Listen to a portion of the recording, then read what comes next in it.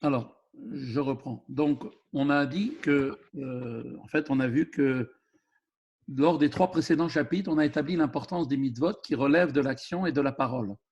Donc maintenant, on a compris que ces mitzvot impliquent donc les membres du corps et les organes de la parole. Elles mettent donc en œuvre l'âme vitale, qui est donc la source de vie du corps, qui donc, grâce à ça, elle-même se trouve élevée, donc effectivement, vers la sainteté. Et dès lors que l'objet de la descente de l'âme divine ici-bas, qui va donc maintenant résider, dans son travail va résider dans l'élévation du corps et de l'âme vitale, eh bien, les mitzvot qui elles-mêmes relèvent de l'action et de la parole vont pouvoir effectivement participer à cette finalité. D'accord? On avait dit que précédemment que concernant l'importance des mitzvot qui sont accomplis par la parole et par l'action, on a compris effectivement que la décision de la halacha était clairement énoncée dans le Talmud et dans les décisionnaires, à savoir que la pensée n'est pas assimilable à la parole. Donc, qu'est-ce que ça va avoir comme incidence? Eh bien, c'est si on a récité le Kriyat Shema uniquement dans sa pensée et dans le cœur uniquement, c'est-à-dire avec toute la force de sa concentration, eh bien, malheureusement, on n'est pas quitte de son obligation de lire le schéma. Il faudra donc de nouveau le lire en prononçant cette fois les mots. Comme aussi, d'ailleurs, pour les brachot que l'on fait concernant les brachot après le repas, le Birkat Hamazon, qui sont une obligation de la Torah. Donc là aussi, effectivement, de la même manière, si on va les dire ces brachot dans sa tête, c'est-à-dire sans les prononcer, eh bien, on sera obligé de recommencer parce que la seule manière donc de mettre concrètement en pratique la mitzvah, eh bien, c'est de prononcer, de l'amener dans l'action. Et là, à ce stade-là, eh bien, c'est la parole. D'accord?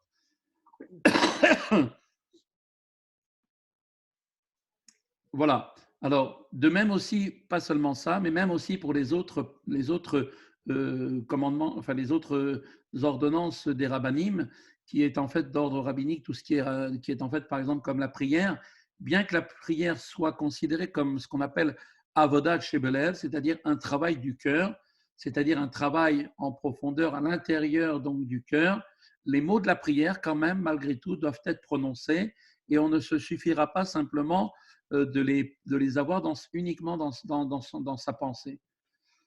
Voilà. Donc maintenant, en revanche, si on a prononcé les mots du schéma, à l'inverse, ou de la prière sans y appliquer son cœur, eh bien, on est quitte de l'obligation a posteriori, bien que, comme on avait expliqué, que la concentration est bien sûr nécessaire et doit être effective. Il est bien évident que là, malgré tout, la prière qui sera faite uniquement en prononçant les mots sans avoir la concentration nécessaire sera valable parce que, effectivement, la personne aura donc prononcé et donc mis en acte par ses lèvres, en fait, et par les mots qu'il va sortir de sa bouche, la mitzvah elle-même. On a vu que pour tout cela, bien sûr, par l'action uniquement, c'est suffisant. Par contre, sauf le premier verset du schéma, d'accord? C'est-à-dire que le premier verset qui est en fait Shema Israël Hashem Elokeinu Hashem Echad, Baruch Shem Kevod Malchuto Leolam Vahed, eh bien ça, on doit le faire avec concentration, en ayant bien à l'esprit le sens de ce que représentent donc les mots, la traduction des mots. Comme il est écrit au début du chapitre 2 de Brachot, la Gemara Brachot, on a expliqué que l'obligation est d'être attentif, donc avoir une concentration qui est en fait une condition sine qua non pour pouvoir être quitte de la lecture du Kriyat Shema du matin et donc du soir. Donc, à partir d'ici et au-delà, l'obligation est de réciter. Donc, la première, donc on avait dit donc le premier verset du schéma doit être fait avec concentration. Au-delà, l'obligation est de réciter. Donc, ça veut dire que si on a rempli son devoir par la simple récitation des mots, même sans l'attention, eh bien, ce sera effectivement valable parce que là, nos Chachamim ne nous ont pas obligés d'avoir effectivement une concentration sur l'ensemble de tout le schéma. Bien sûr, si on peut, c'est beaucoup mieux, c'est certain. Pourquoi? Pourquoi est-ce qu'on demande qu'il y ait cette action qui a l'air d'avoir la primauté sur tout le reste? Eh bien, parce que l'âme en soi n'a pas de réparation pour les mitzvot. Donc, quand je suis au stade de la pensée, je ne fais intervenir uniquement que l'âme. Donc, l'âme elle-même, cette âme divine que chacun d'entre nous possède, elle-même, elle est parfaite. Elle n'a besoin d'aucune réparation. Et donc, son seul but d'être descendu ici-bas dans ce monde, dans ce corps matériel, eh bien, c'est d'élever donc le corps matériel et l'âme vitale, c'est-à-dire l'âme qui donne la vie à tout ce corps, pour pouvoir effectivement s'élever par l'intermédiaire de l'accomplissement des mitzvot. Et pour l'accomplissement des mitzvot, on a compris que la seule manière d'y arriver, c'est de mettre en action. Donc, certaines mitzvot sont liées avec l'acte, comme les tefilines par exemple, et d'autres mitzvot vont être liées avec la parole, qui, elle, la parole, reste une action pour autant, qui est une action aussi, comme le fait de prononcer les mots comme il se doit. Bien entendu, là, l'âme qui est descendue de ce monde permet, grâce au fait qu'elle va donner au corps cette dynamique pour pouvoir réaliser ses actions, et bien de pouvoir effectivement faire la réparation de ce corps et de cette âme vitale. Donc, comme on avait dit, seulement le but des mitzvot, comme on a expliqué, est d'attirer la lumière divine pour pouvoir parfaire l'âme animale et le corps. D'accord?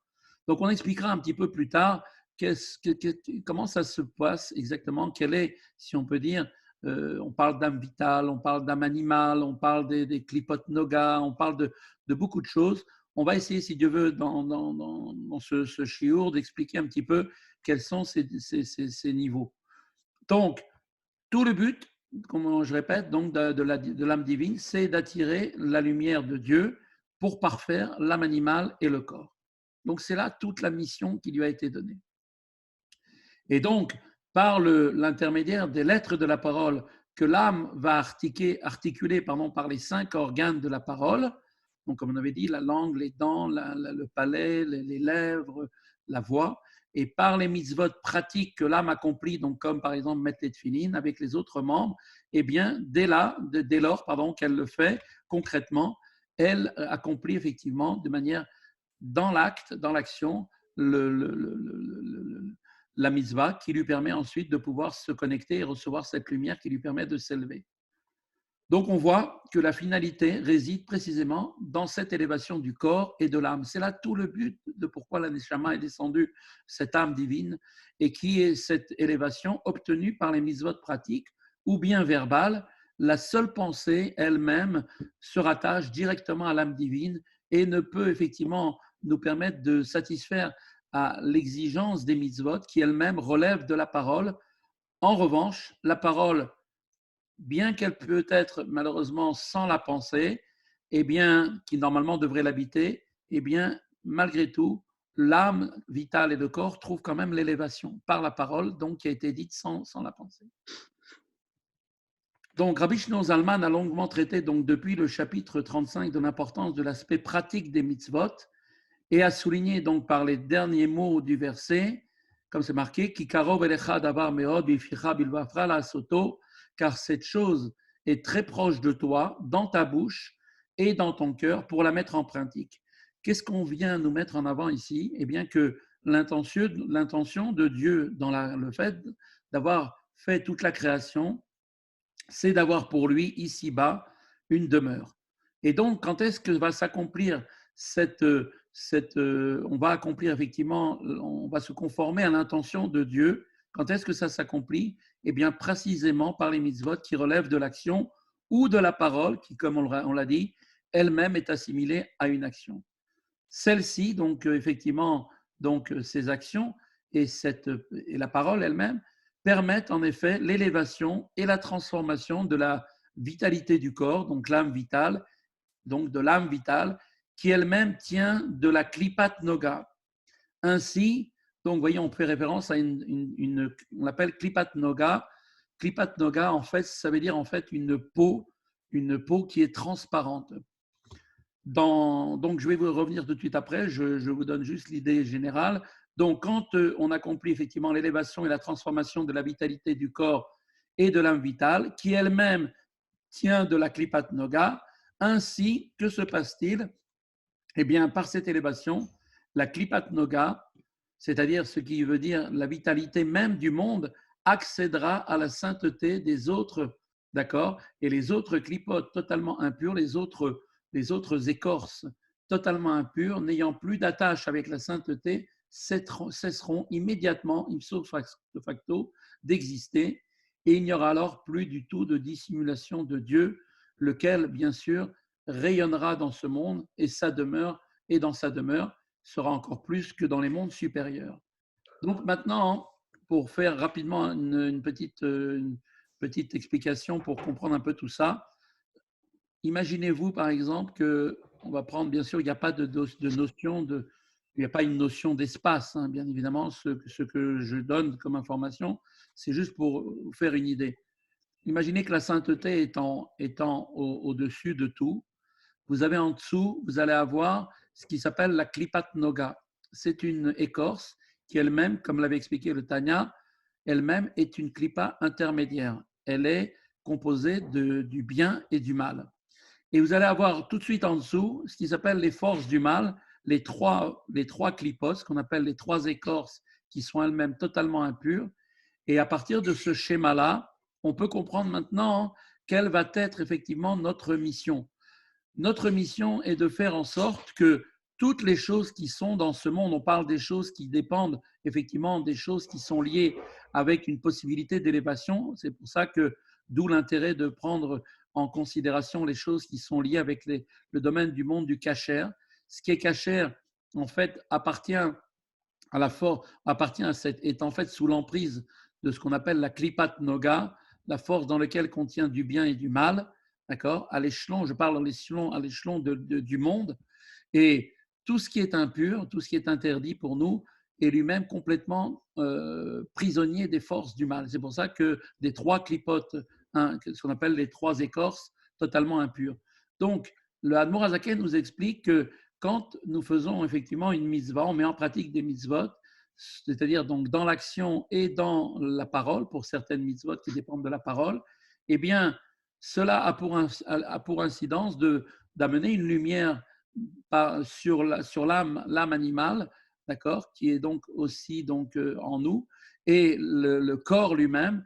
Et automatiquement, puisque cette âme animale et ce corps sont raffinés, ce raffinement-là et obtenu grâce à cette lumière va avoir aussi une incidence sur la klipat noga, c'est-à-dire toutes les choses qui sont actuellement effectivement en relation avec le monde extérieur, tout ce qui nous entoure est en fait en contact, est en fait sous la domination du règne de la klipat noga. Certaines choses sont complètement tombées dans le mal, dans les trois klipotes, et par l'intermédiaire des mitzvot que nous accomplissons, eh bien, nous les libérons, nous les ramenons effectivement grâce à nos mitzvot dans le domaine, du côté du domaine de la Kedusha. Donc, il y a, grâce à ça, au moment où on fait ce transfert, on vient libérer toutes ces choses qui étaient du domaine du bien et qu'on les ramène effectivement à leur source, eh bien, il y a une élévation à ce moment-là qui est obtenue de ce qu'on appelle la Klipat Noga. Voilà. Par contre, effectivement, à ce moment-là, quand les clipotes impures, totalement impures, ce qu'on appelle les trois clipotes sont complètement, effectivement, n'ont plus l'emprise sur la chose, eh bien, elles perdent cette attache avec la sainteté, puisqu'elles-mêmes, tout leur but, c'est de se sustenter en fait de la lumière venant de la sainteté. À partir du moment où on a réalisé cette élévation de la Klipat Noga, donc des choses qui étaient sous l'emprise des forces totalement impures, eh bien, elle-même perd de sa force. Et donc, il y a un raffinement immédiat qui se réalise à l'échelon mondial. Alors maintenant, le texte du Tanya va envisager maintenant les mitzvot sous un autre angle, qui est celui de ce qu'on appelle la kavana, l'intention, ou bien la concentration, qui, comme on l'avait dit, doit accompagner l'acte de la mitzvah. Qu'est-ce que veut dire effectivement ici la notion de kavana? C'est-à-dire ici l'intention, c'est de s'attacher avec Dieu par cet acte qui est l'expression de sa volonté. C'est-à-dire que on doit avoir l'intention non pas de comprendre uniquement la fonctionnalité, si on peut dire, de chaque mitzvah, comme par exemple le tefillin du bras va consister à attacher le côté gauche de ma personne puisqu'il est mis sur le bras gauche, donc la partie animale qui est en moi, la notion de mes sentiments, tout ce qui est le domaine du sentiment vers Dieu, mais je dois comprendre que l'acte lui-même, c'est, si on peut dire, l'idée générale qui doit se dégager, c'est de comprendre que, effectivement, quand j'accomplis une mitzvah, je m'attache avec Dieu et par cet acte qui est parce que, en fait, cet acte-là est ni plus ni moins l'expression de la volonté de Dieu. Nos Haramim nous ont expliqué que la prière ou d'autres bénédictions qui sont dites effectivement sans intention, sans la kavana, sont comparées à un corps sans âme. Vous avez dû certainement entendre déjà effectivement cette expression. Cette comparaison effectivement établie entre d'une part les mots de la prière qui donc représentent le corps et d'autre part l'intention qui est donc représentative de l'âme signifie que de la même façon que tous les êtres créés dans ce monde qui ont effectivement un corps et une âme, eh bien, à savoir en fait le nefesh de toute chose vivante, c'est ce qu'on appelle l'âme, ou le rouar de toute chair, et la neshama de tout ce qui possède un souffle de vie dans ses narines, parmi toutes les créatures vivantes, eh bien, Dieu leur donne la vie à tous et les fait venir en fait à l'être, il les fait venir de manière continuellement, de manière ex nihilo, c'est-à-dire que à partir du néant, les choses ont été créées par la lumière et la vitalité que Dieu dispense, donc à la fois à l'âme et au corps. Ça va jusqu'à là, c'est clair? Oui. Non, si jamais c'est un peu trop, vous pouvez, l'idée c'est Ouais, on peut aussi essayer de les traduire en trucs simplistes, tu sais, des images beaucoup il plus. y a l'impression, c'est qu'il y a beaucoup de trucs qui reviennent, tu sais, Oui, et ça revient, puis après, on a oublié, après, on mélange un peu, parce que ça revient sans arrêt, on a l'impression que ça revient sans arrêt, tu sais, au bout de la fin du discours.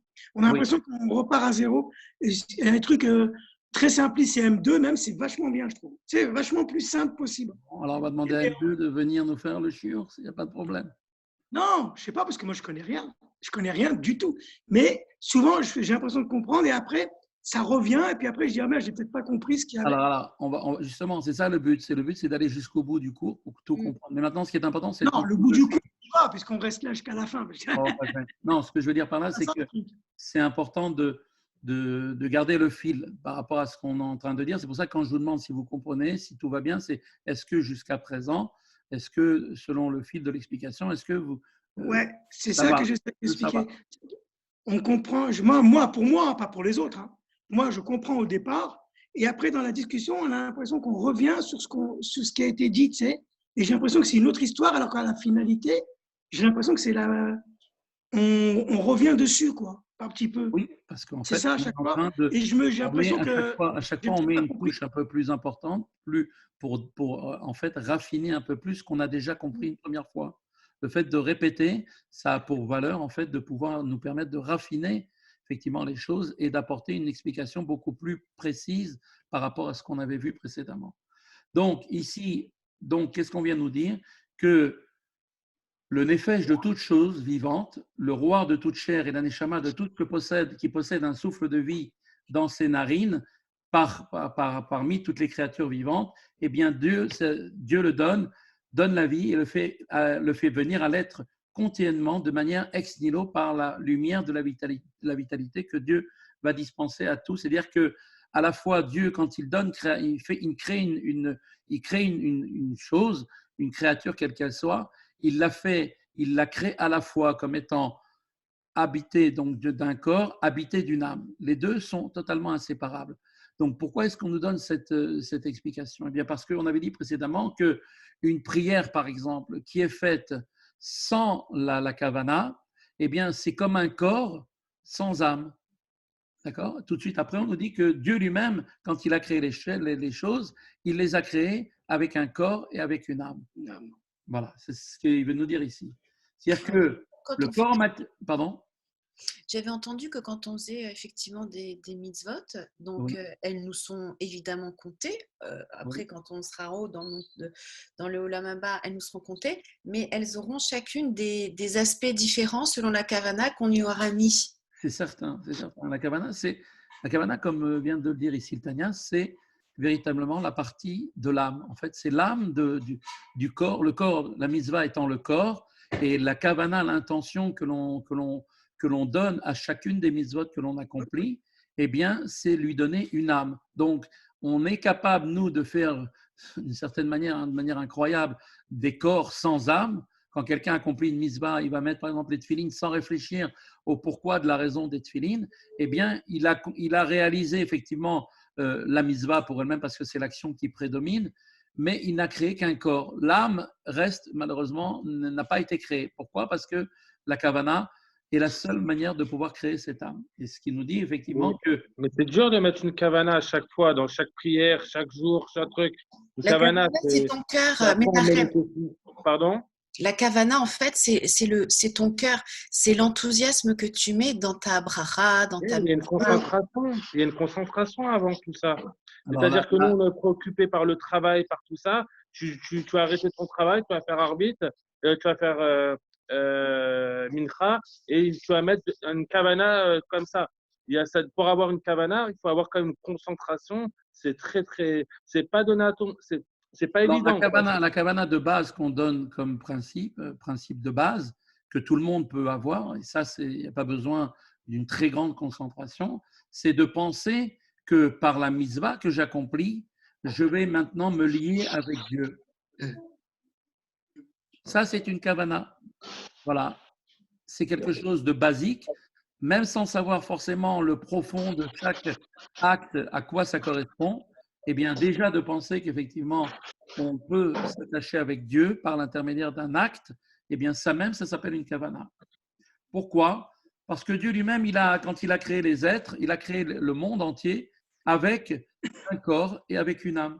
Car même le corps matériel aussi, de même que les pierres, la terre, qui sont complètement inertes, d'accord, ont en eux aussi une lumière et une vitalité qui est issue de Dieu, de sorte qu'ils ne retournent jamais au néant absolu, comme avant même leur création. Vous voyez que ce qui maintient la chose ici-bas, c'est l'âme qui se trouve dans chaque chose. L'âme étant pas seulement l'élément moteur qui permet effectivement au corps de pouvoir se mouvoir, de pouvoir faire ce dont il a besoin de faire, mais c'est en même temps ce qui permet aussi de maintenir la chose de manière constante, de manière régulière, parce que Moi, j'ai sinon la entendu chose dire que va quand on fait une prière rapide, entre guillemets, c'est-à-dire qu'on va consacrer, au lieu de consacrer trois quarts d'heure, on va consacrer 20 minutes. Et j'avais posé la question, c'est pas grave si je fais ma prière très rapidement. Il m'a dit non, tu l'as fait et il y a des malachim, entre guillemets, qui vont remettre en ordre tous les mots que tu as mâchés. Parce que c'est vrai qu'on va vite, c'est vrai qu'on va vite. On va pas se concentrer par chaque mot. Je ne sais pas qui c'est qui a pu te dire une chose pareille. La réalité n'est pas du tout ce que dit ici l'Admorazaken. L'Admorazaken nous dit que chacun doit effectivement accompagner d'une pensée ses actions. Donc maintenant, si prier, c'est vite se débarrasser, vite fait de la prière, c'est sûr qu'au pays des aveugles, le bord Alors, est du coup, droit. alors, oui, mais celui-là qui n'a pas le temps, qui veut faire Alors, sa celui qui n'a prière, pas le là, temps, il doit trouver le temps parce que comment on peut pas mettre, il y a des priorités dans la vie. Les priorités, ça reste de se dire, est-ce que c'est important pour moi de prier ou pas? Si pour toi, c'est pas important, si oui, pour mais la personne, il a prié, monsieur, il a prié, mais alors ça, c'est rapidement. la Il a prière. prié, mais rapidement. Alors, la prière qui a été faite comme cela, nous dit le Elle n'est pas acceptée. c'est un corps sans âme. C'est une prière qui reste en fait, qui n'arrive pas à s'élever, qui n'est pas, qui n'est pas vivace, qui n'a pas de vitalité. Et malheureusement, cette prière, comme on dit, elle attend, elle reste en bas et jusqu'au moment où la personne. Pourquoi à la synagogue, ça va vite, hein, la synagogue, hein. À la synagogue, ça peut aller très, très vite, hein. Alors, c'est pas pour une raison, c'est pas une raison pour dire que c'est forcément bien. Ce qui est bien, c'est de mettre la vitalité nécessaire, c'est-à-dire la kavana nécessaire à chaque chose que l'on fait. Parce que un acte dans le domaine de la prière, notamment, qui est prononcé par des mots, c'est pas simplement des mots mécaniques. On n'est pas en train de de répéter comme une machine. Sinon, à la limite, on peut faire Ça mieux. devient une corvée On après. peut, on peut même enregistrer la prière une fois et puis tous les matins, on la met et elle va le dire à notre place. Ce sera aussi bien. Il ne faut pas que ce soit une corvée. Ouais. Voilà. En La fait, prière, c'est un acte fondamental. C'est ce qui doit passer avant toute chose. Il y a un temps pour tout. Prendre le temps de faire sa prière de qualité, c'est quelque chose d'essentiel. On doit comprendre que ça, c'est quelque chose de fondamental. C'est une erreur de croire que parce que voilà, on va toujours se trouver, on aura toujours des bonnes excuses, se dire voilà, moi j'ai pas le temps, ce que je fais c'est très important. Eh bien, ok, tu peux faire moins, mais fais-le de qualité. Il vaut mieux faire moins de qualité que beaucoup avec pratiquement pas de qualité. J'ai fait Mincha, bon, j'ai fait, quoi. Après, la Non, il n'y a Kavanah, pas, j'ai fait.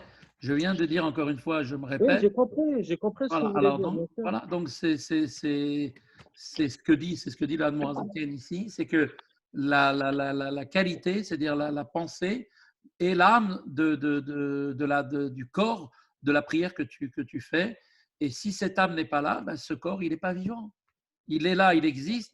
Tu t'es effectivement lié avec Dieu d'une certaine manière, mais c'est fait d'une certaine façon qui fait en fait que cette prière n'ait pas pu monter comme elle aurait dû monter. Et on explique que quand une personne aura pris conscience à un certain moment de sa vie, elle fera teshuva, alors à ce moment-là, toutes les prières qui n'auraient pas été faites, au moment où on va le faire une vraie prière comme il se doit, elles vont pouvoir monter avec toutes ces prières. C'est comme si elles étaient en attente, en voie de garage d'une certaine manière. Voilà, il faut savoir que la prière, c'est tellement important. Pourquoi on va travailler? Pourquoi on cherche à gagner notre vie? C'est pour avoir le bien. On veut effectivement faire tout ce dont, pouvoir faire tout ce qu'on veut, mettre euh, comment dire, on veut en fait rechercher le bonheur, les bonnes choses, tout ce dont on a besoin.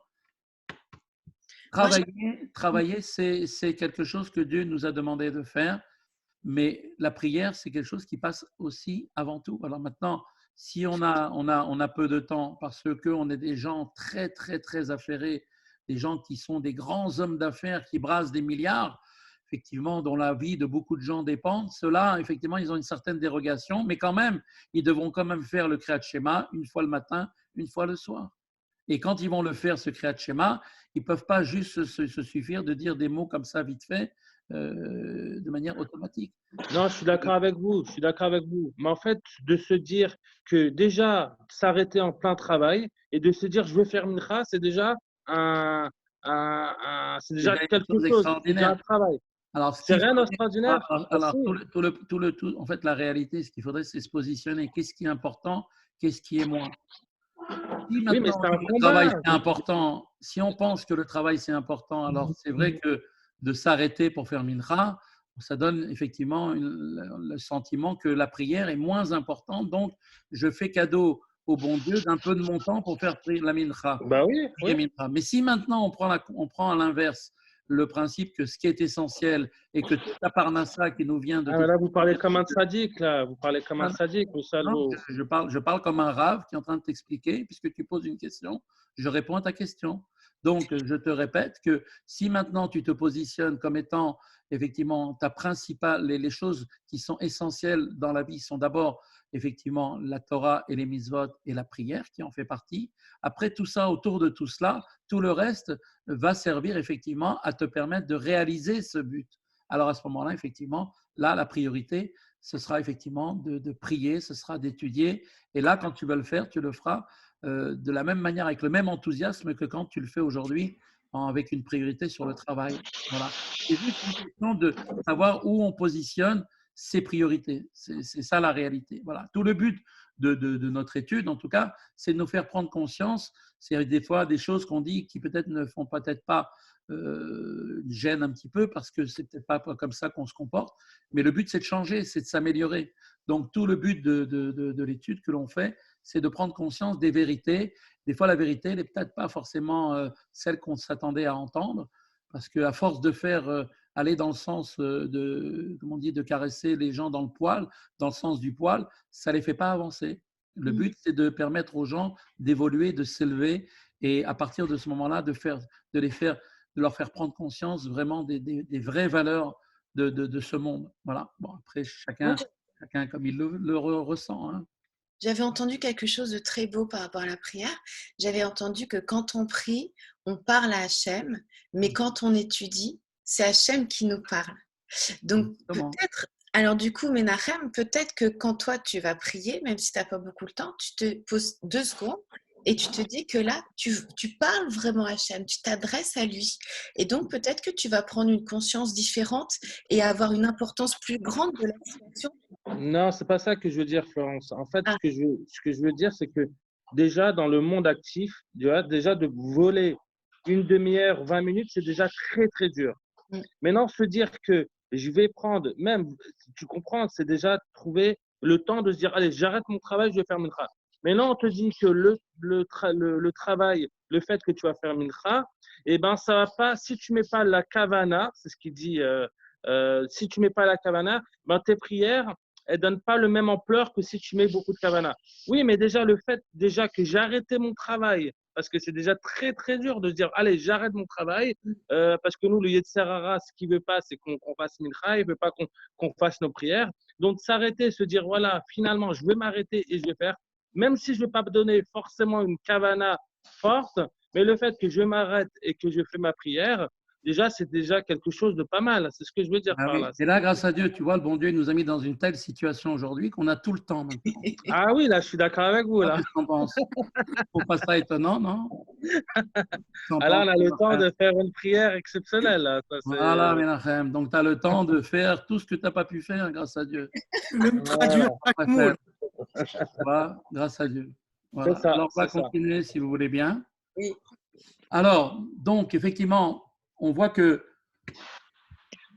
qu'est-ce qui permet à une chose dans ce monde d'exister? C'est l'âme qui se trouve à l'intérieur, c'est la vitalité issue d'Akadosh Baruch Hu, béni soit-il, de manière à ce que cette chose ne retourne pas au néant absolu comme avant la création. Donc, effectivement, on voit de là quelque chose assez essentiel. C'est que qu'est-ce qui permet à une chose d'exister? C'est l'âme qui l'habite. Donc, sans l'âme, eh bien, la chose, normalement, devrait revenir au néant. Mais là, ici, il y a comme un contresens d'une certaine manière. Dieu nous permet, c'est ça qui est complètement incroyable, de faire des choses qui vont créer uniquement la partie du corps de la chose. Et des fois, cette chose n'a pas d'âme. Donc, on se demande comment cette chose peut continuer à exister. Puisque Dieu a créé les choses avec un principe fondamental qui est d'amener une lumière divine qui va venir s'introduire à l'intérieur de la chose, du corps de chaque chose créée, pour lui donner la possibilité d'exister et de ne pas retourner au néant. Néanmoins, dans une certaine, sans aucune commune mesure, bien sûr, une ressemblance entre la lumière et la vitalité qui brille dans le corps, et la lumière et la vitalité qui brille dans la neshama, c'est-à-dire l'âme de toute chose vivante. On voit que la séparation entre la matière et l'esprit, quelque chose qui, bien évidemment, chacun peut comprendre, hein, ça va de soi.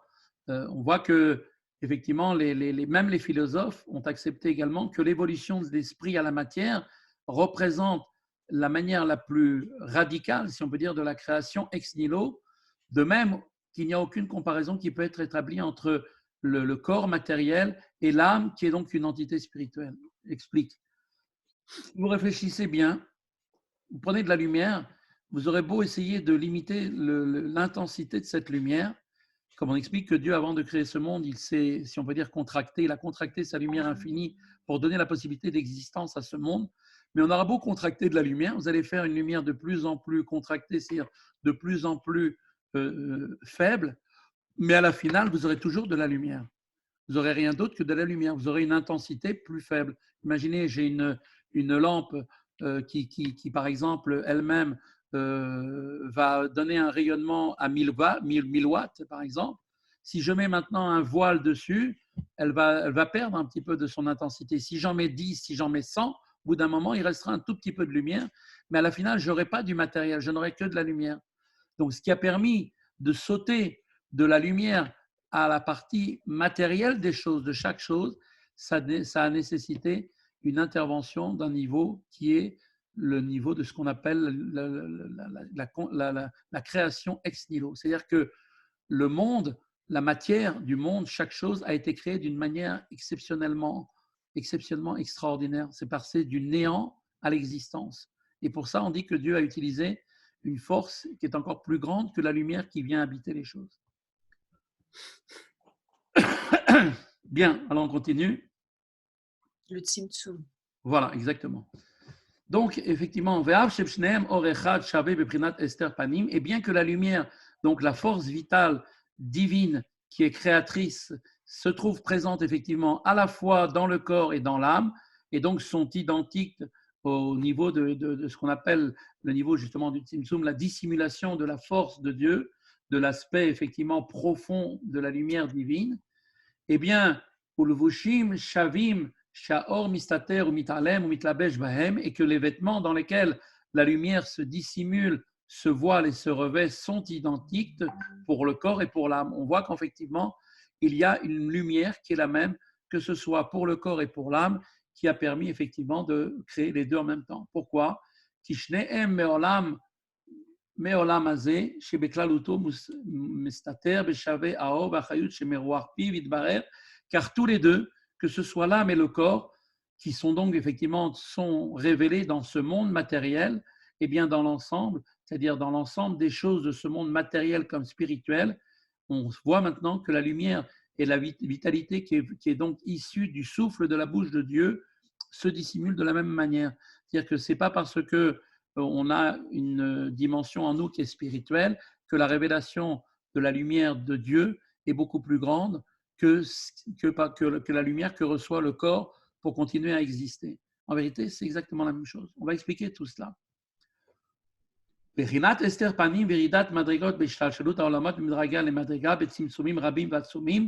donc, au regard de la dissimulation de la face de Dieu et de la descente successive des niveaux, qui eux-mêmes constituent ce qu'on appelle l'enchaînement des mondes de niveau en niveau, avec de nombreux et puissants tzimtzumim. En fait, ça s'appelle des contractions. Comme j'ai dit tout à l'heure, la lumière de Dieu a subi des contractions pour donner la possibilité d'existence à ce monde matériel, car sinon, si la lumière de Dieu était telle qu'elle était, le monde ne pourrait pas exister, puisque l'intensité était tellement infinie devant un monde fini, le monde fini serait complètement explosé.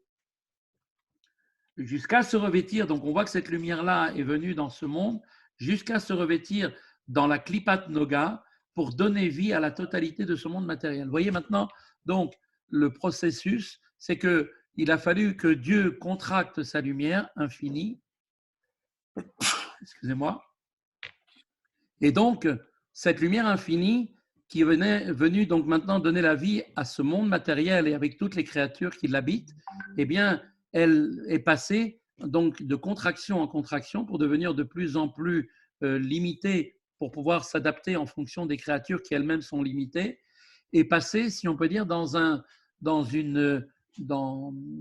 intermédiaire qui est donc ce qu'on appelle la Klipat Noga, qui elle regroupe l'ensemble de toute la vitalité de ce monde. D'accord ?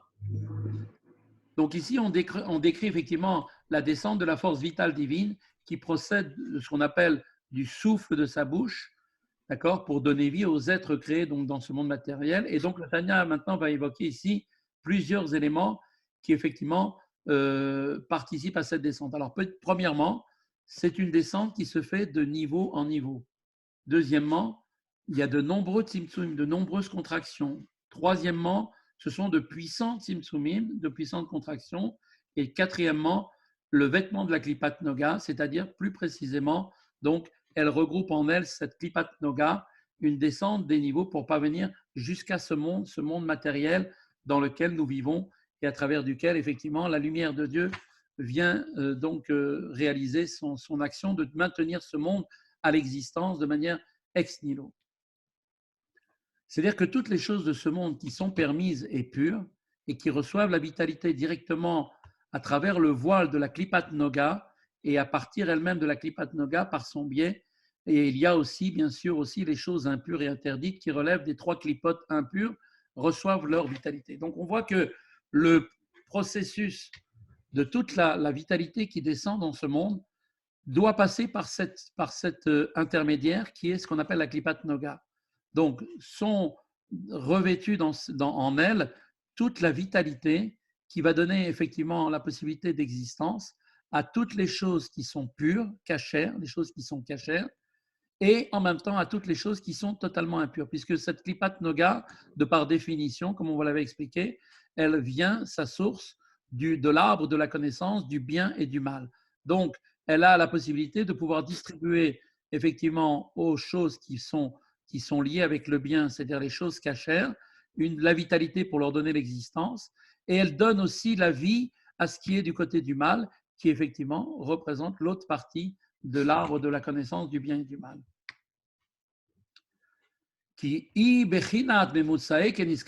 Parce que effectivement, on voit que par l'intermédiaire de cette Klipat Noga, elle est elle-même le niveau intermédiaire entre la sainteté, donc source de toute vie, et les trois clipotes impures, comme on a expliqué plus haut. Donc, il ressort de là, pour essayer de comprendre tout ça, que la lumière divine qui intègre, qui vient, qui descend sur l'ensemble des détails de la création est vêtue du voile de la Klipat Noga, qui va donc occulter sa dimension divine, et donc que ce soit la matière ou l'esprit, le corps et l'âme qui sont elles-mêmes pareilles.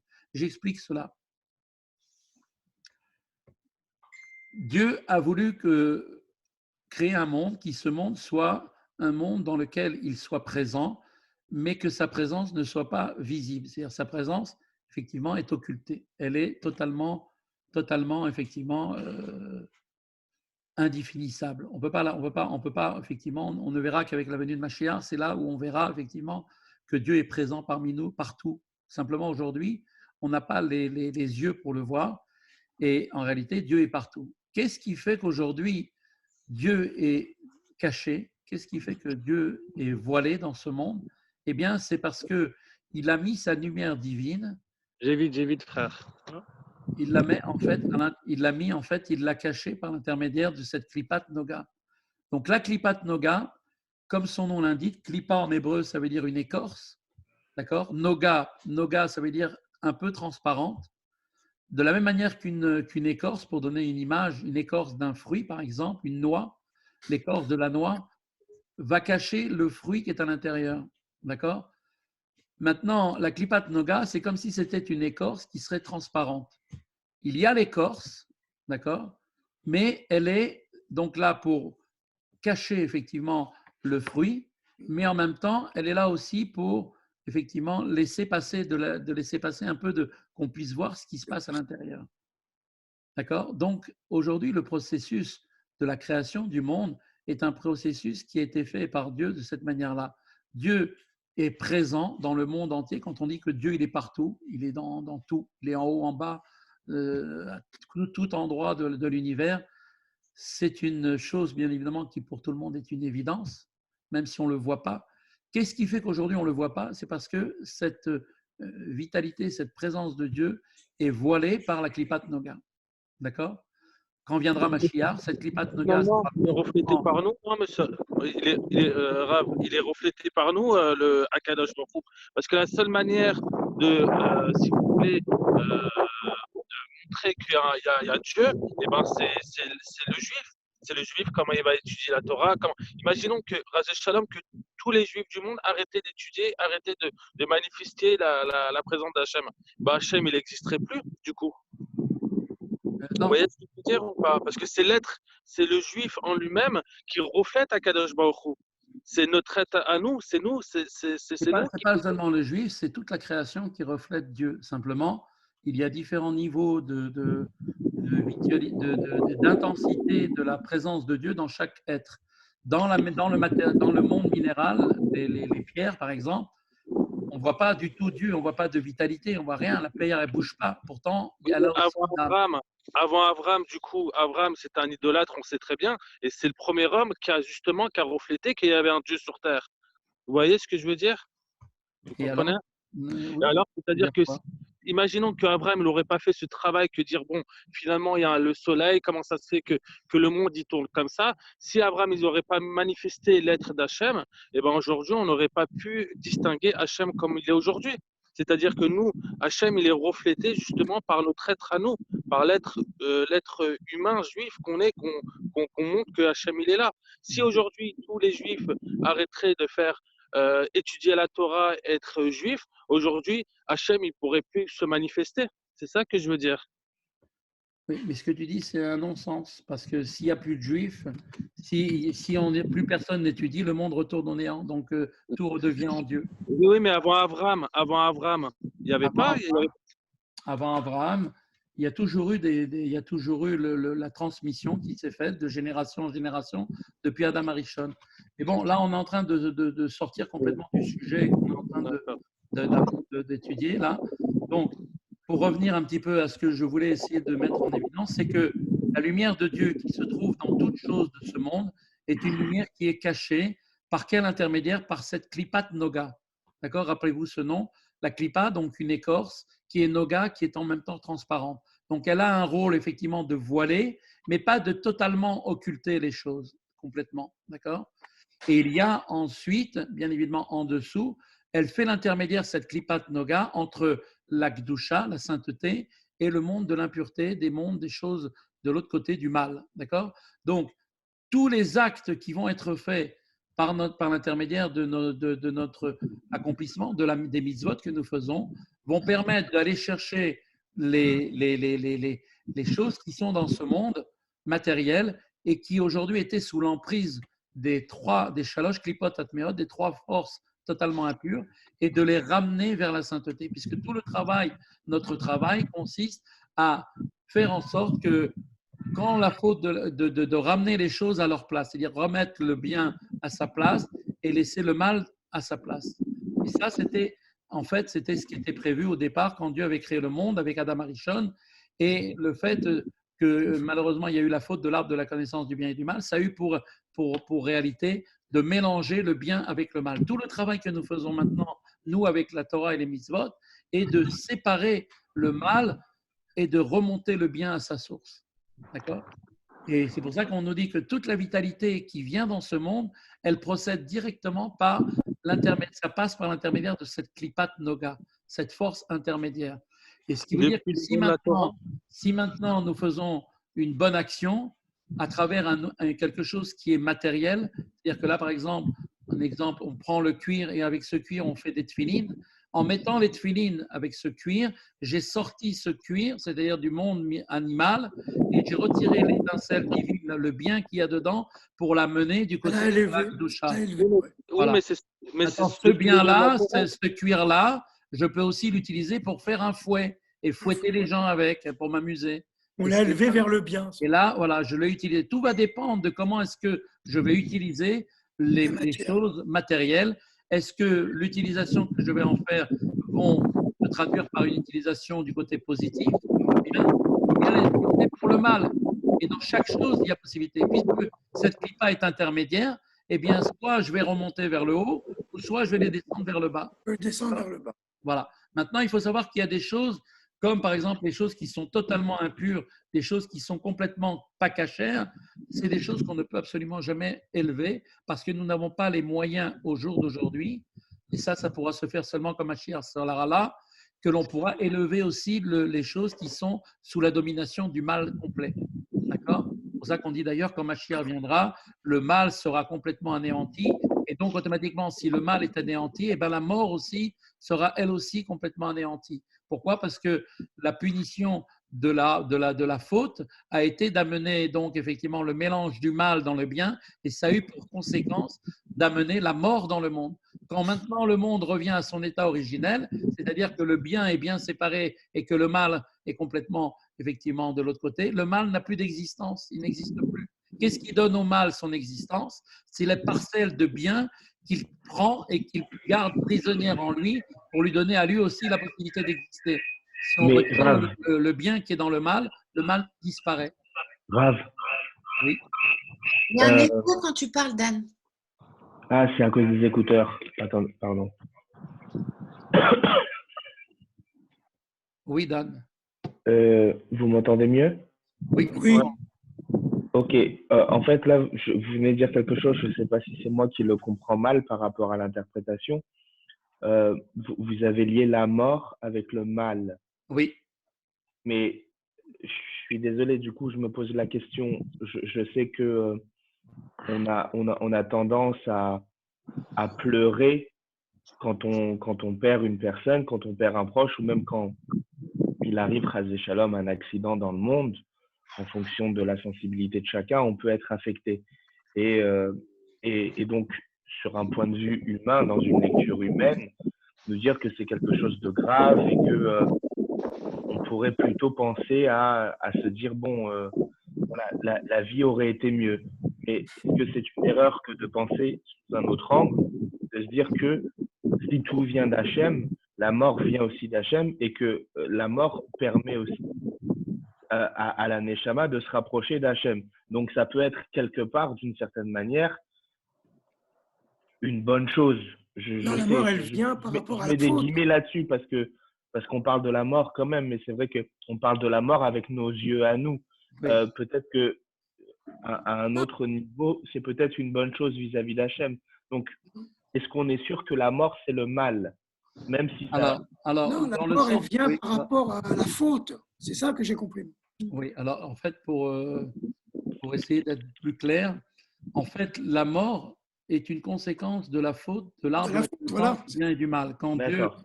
a effectivement dit à Adam Arishon qui était destiné à vivre de manière Éternelle. éternelle, il lui a dit le jour où tu mangeras de l'arbre de la connaissance du bien et du mal, tu mourras. Ce jour-là, tu mourras. Donc on voit que la mort vient du fait de la faute. Qu'est-ce qu'une faute en règle générale? La faute, c'est quoi? C'est le déni de Dieu. On ne veut pas de Dieu, on ne veut pas être lié avec Dieu. Quand quelqu'un il fait une faute, on parle de quelqu'un qui fait une faute consciemment, on ne parle pas de personne qui fait sans savoir. Celui qui ne sait même pas que c'est interdit, il n'est pas du tout dans ce contexte-là. Quelqu'un qui sait que la volonté de Dieu, pour lui donner, parce que la volonté de Dieu, c'est de lui donner la vie à partir du moment où j'accepte sa volonté. Au moment où j'accepte la volonté de Dieu, Dieu me donne en récompense, il me donne cette lumière qui me permet d'obtenir la vie. D'accord? Au moment où je fais maintenant une faute, ça veut dire que je nie l'existence de Dieu et quelque part, je suis en train de dire que cette vie ne m'intéresse pas. Donc forcément, s'il n'y a pas la vie, il y a le contraire. Donc la mort, c'est l'absence de vie. Le péché, c'est l'absence de proximité et d'attachement avec Dieu. Quand on est lié avec Dieu, on est en train de se ressourcer. Au moment où on se détache de Dieu, eh bien, on est coupé. À ce moment-là, effectivement, la mort, elle peut venir. Donc la mort n'est pas une punition, c'est pas une punition en soi. C'est en fait une réalité. Prenez votre portable, vous le mettez à charger.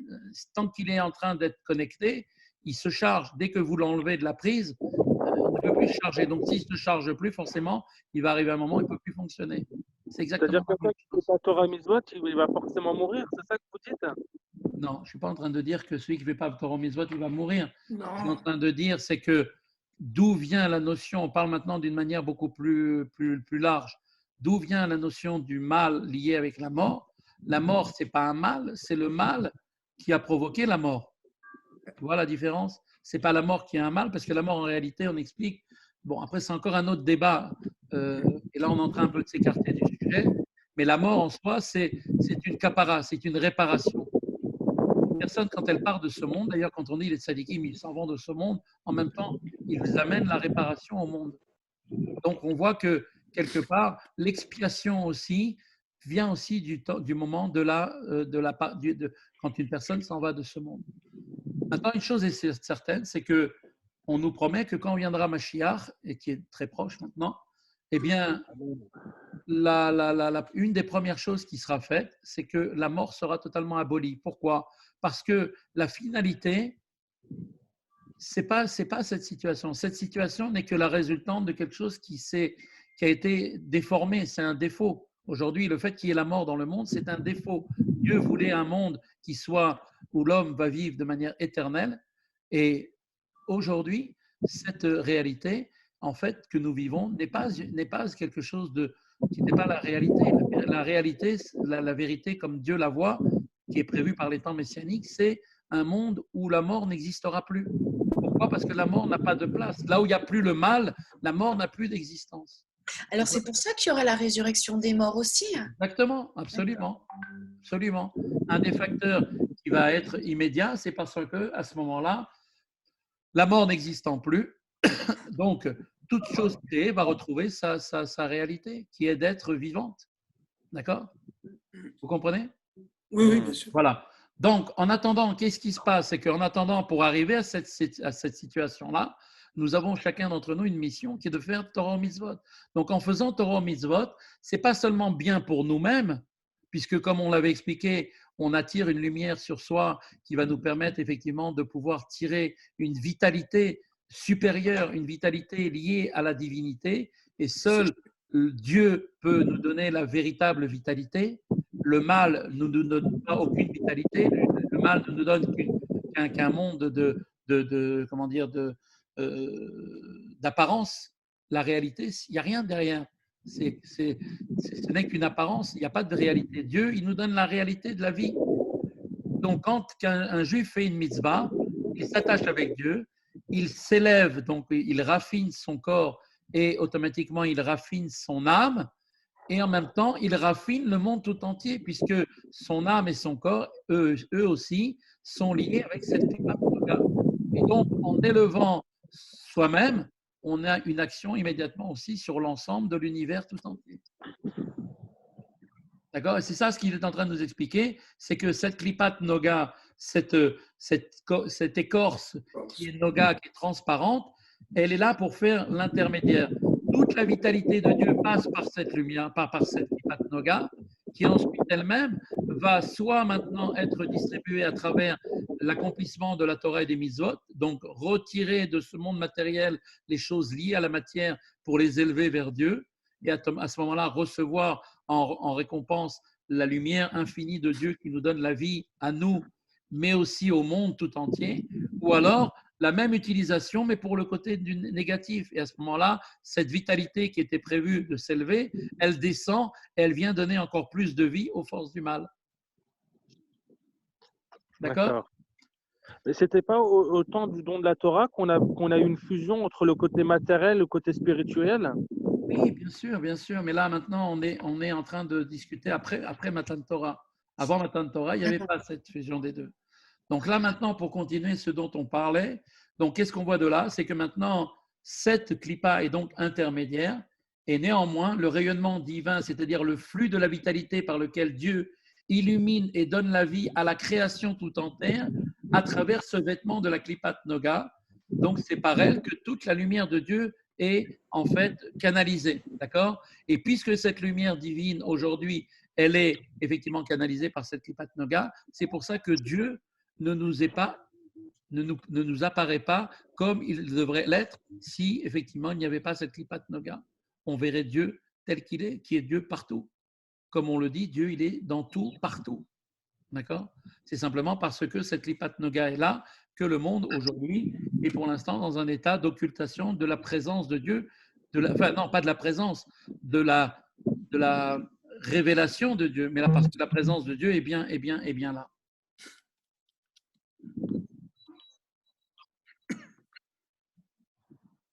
Au temps des sacrifices, il y avait la clipa de truc ou pas? Depuis la création du monde, depuis l'arbre de la connaissance du bien et du mal, quand il y a eu le mélange, c'est à partir de là qu'a commencé tout ce processus-là. Donc on voit de là, comme j'avais expliqué tout à l'heure, que effectivement, la présence de Dieu, la lumière divine, va habiller chaque créature selon ses capacités de pouvoir, en fait, pouvoir recevoir la lumière de Dieu. Il est évident que dans le monde, par exemple, minéral, la divinité, la lumière de Dieu qui anime la pierre, les pierres, est beaucoup plus beaucoup plus contractée que la lumière qui est de Dieu, qui s'habille dans les plantes. La preuve, c'est qu'une plante, elle est beaucoup plus vivace, elle pousse, elle grandit, on la voit grandir, on la voit changer. D'accord? La pierre, elle, comme elle est, elle ne bouge pas. Pareil, l'animal a une lumière beaucoup plus importante, on l'appelle comment? Chai, vivant, le vivant. Pourquoi? Parce que l'animal, il est vivant, il bouge. Pourquoi il bouge? Parce qu'il a une vitalité beaucoup plus grande de cette lumière. Et l'homme, il est appelé Médaber, le parlant, parce que seul l'homme a la faculté de parler, et lui reçoit encore une lumière encore plus importante. D'accord? Mais toute cette distribution de lumière est faite selon chaque créature, selon ce qu'elle peut effectivement recevoir par rapport à la manière dont elle a été créée, la forme dont elle a été créée.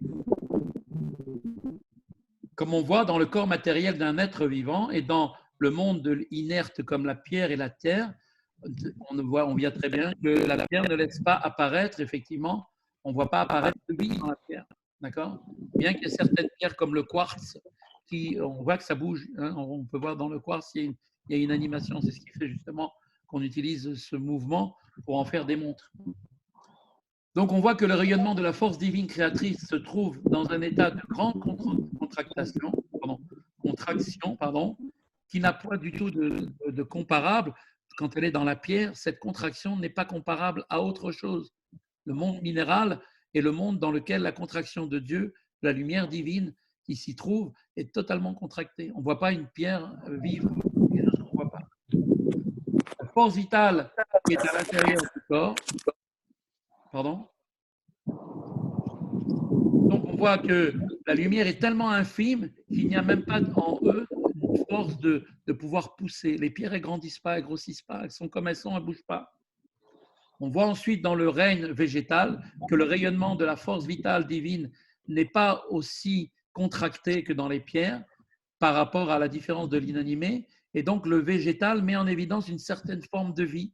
La preuve, c'est qu'il pousse. De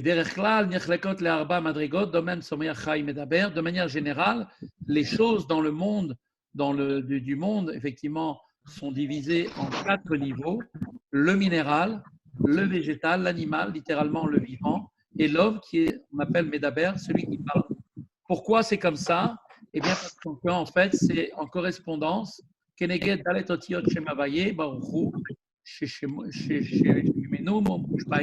Parce qu'en fait, chacun des 4 règnes reçoit la vitalité des 4 lettres du nom de Dieu, Yud Kevavke, dont ils sont issus.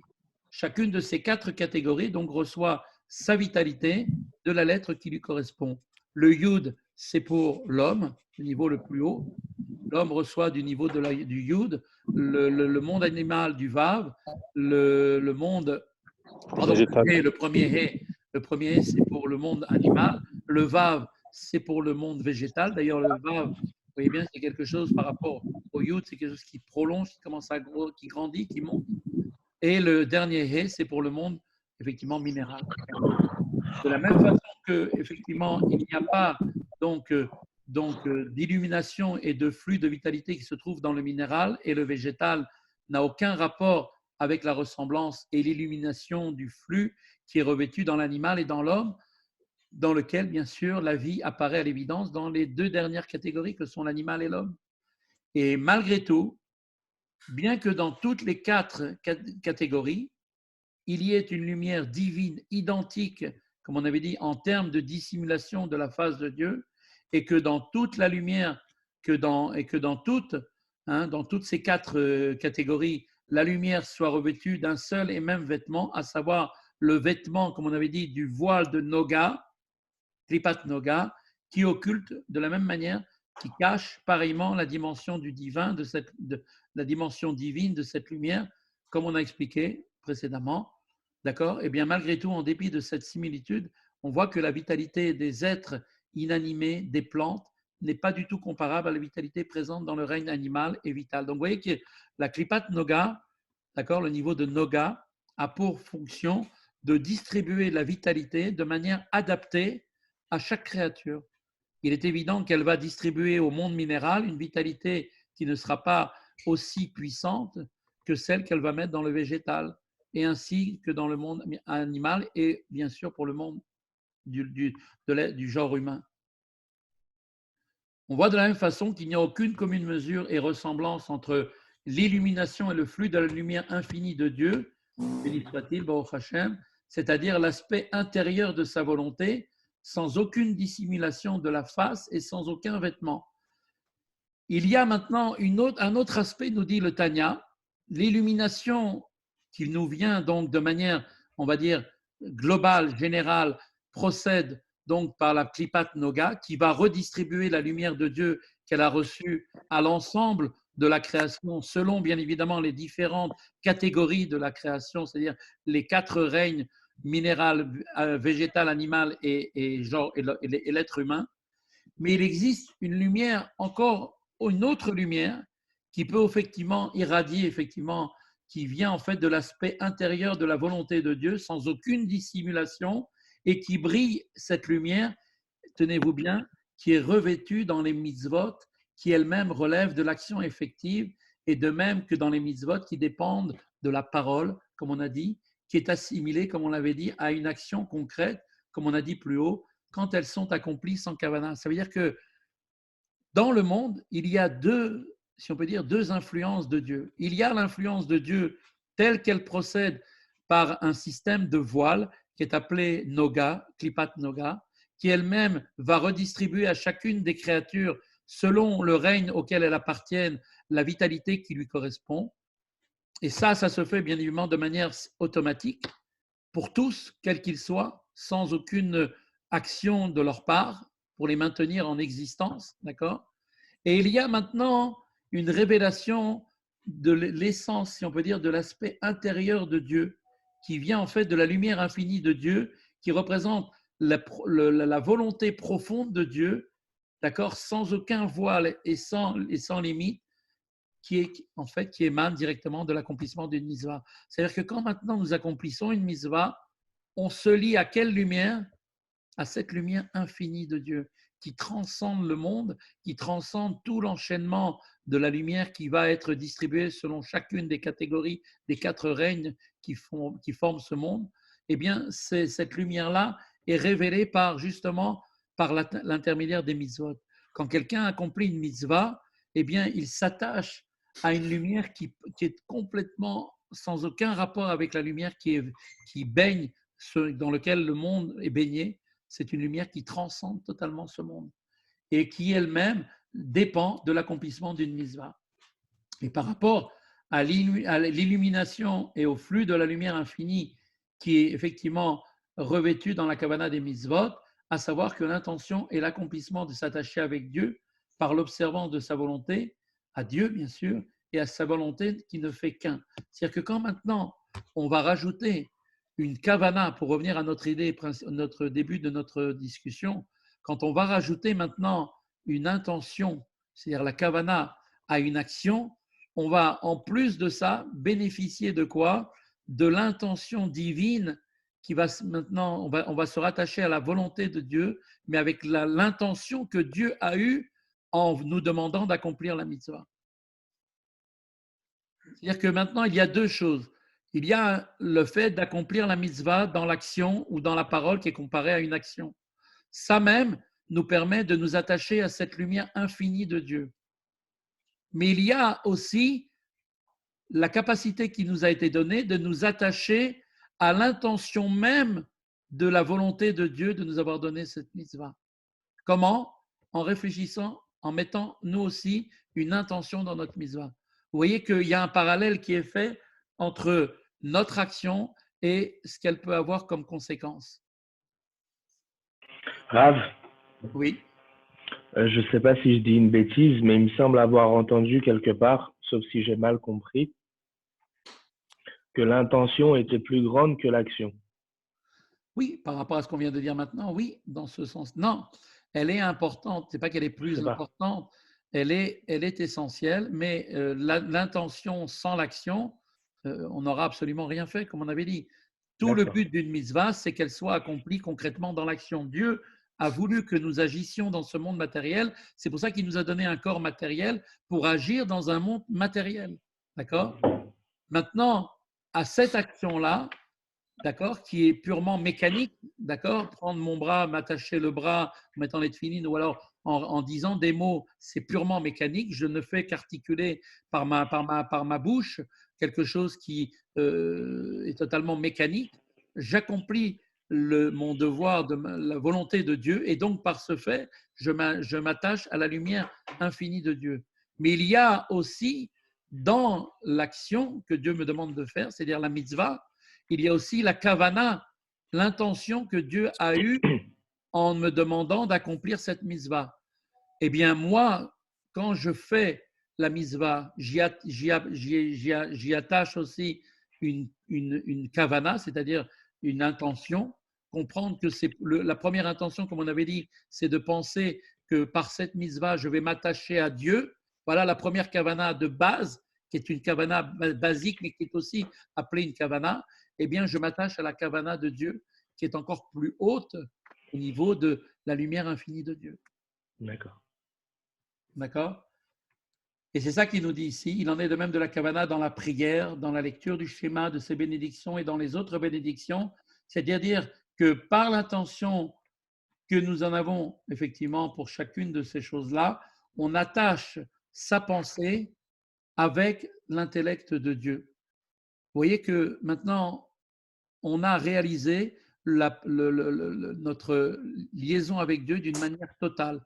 Pour revenir un petit peu à un exemple très simple, quand j'accomplis une mitzvah, j'attache, si on peut dire, mon corps, toute la partie matérielle de ma personne, c'est-à-dire ma partie physique, d'accord, avec Dieu. En faisant l'accomplissement d'une mitzvah, j'attache mon corps physique. Et quand maintenant je mets dans cette mitzvah, dans cette action, une intention, eh bien, j'attache ma pensée à la pensée de Dieu. Donc, quand est-ce que j'ai accompli totalement, quand est-ce que je me suis complètement, si on peut dire, connecté avec Dieu, corps et âme, c'est quand j'ai accompli la mitzvah physiquement et en même temps que j'ai mis effectivement la kavana. Et premier niveau de kavana, c'est de penser que je m'attache à Dieu en faisant cette mitzvah. Voilà, c'est là que se termine le cours d'aujourd'hui. C'était un petit peu plus long, mais grâce à Dieu, bon, on a fait aussi le cours d'hier et celui d'aujourd'hui. Merci, Rav. Voilà.